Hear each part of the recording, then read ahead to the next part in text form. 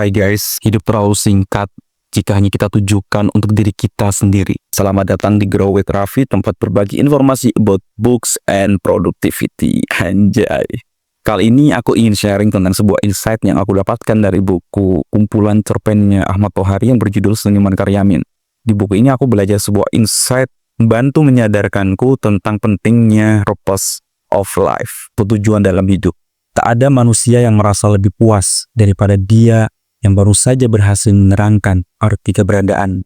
Begitulah kutipan dari salah satu cerpen Ahmad Tohari yang berjudul Tinggal Matanya yang Berkedip-kedip. Sebuah cerpen yang bercerita tentang seorang pawang kerbau yang kehilangan semangat hidupnya ketika tak lagi dapat menaklukkan kerbau seperti biasanya. Hal ini terjadi karena selama ini ia berjuang atas profesinya sebagai pawang kerbau hanya sebatas untuk dirinya sendiri. Terlebih lagi dalam konteks cerpen ini, desa tempat pawang kerbau ini tinggal yang mayoritas penduduknya berprofesi sebagai peternak sapi dan kerbau, seorang pawang kerbau bagaikan nabi yang selalu siap menaklukkan para musuhnya, yang dalam konteks ini adalah kerbau. Hal inilah yang menyebabkan ia terlena dengan semua sanjungan dan penghormatan yang secara perlahan membentuk konstruksi tujuannya dalam berprofesi. Sebelumnya mungkin tujuan ia sebagai pawang kerbau adalah membantu meringankan para peternak untuk menjinakkan kerbau-kerbaunya. Kini menjadi sebatas, lihatlah aku seorang pawang kerbau legendaris. Dengan pecut pusakaku kan kubuatmu merah empat kerbaumu itu.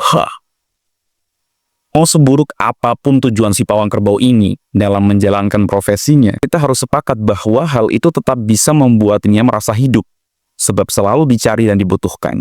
Tapi apa yang terjadi ketika kegagalan mulai singgah di tengah-tengah usahanya? Ya, dia akan lebih mudah untuk putus asa dan menyerah. Kenapa?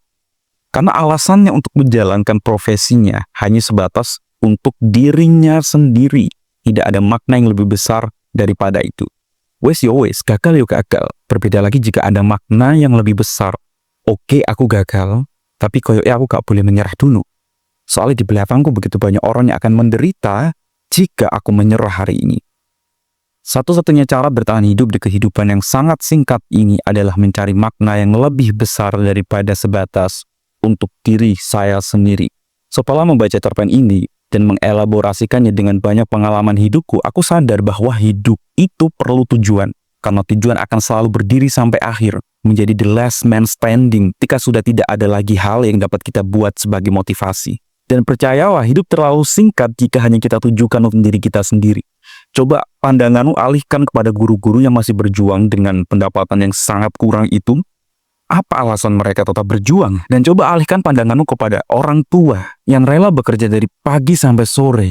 Apa yang mereka perjuangkan selain senyuman kecil putrinya yang bahagia setelah mendapatkan es krim manis dari ayahnya? Aku yakin jika tujuan mereka hanya sebatas untuk diri saya sendiri, sudah sejak lama mereka pasti akan menyerah. Jika kamu merasa video ini bermanfaat, kamu bisa like, subscribe, and share channel YouTube Grow with Raffi, tempat berbagi informasi about books and productivity. See you!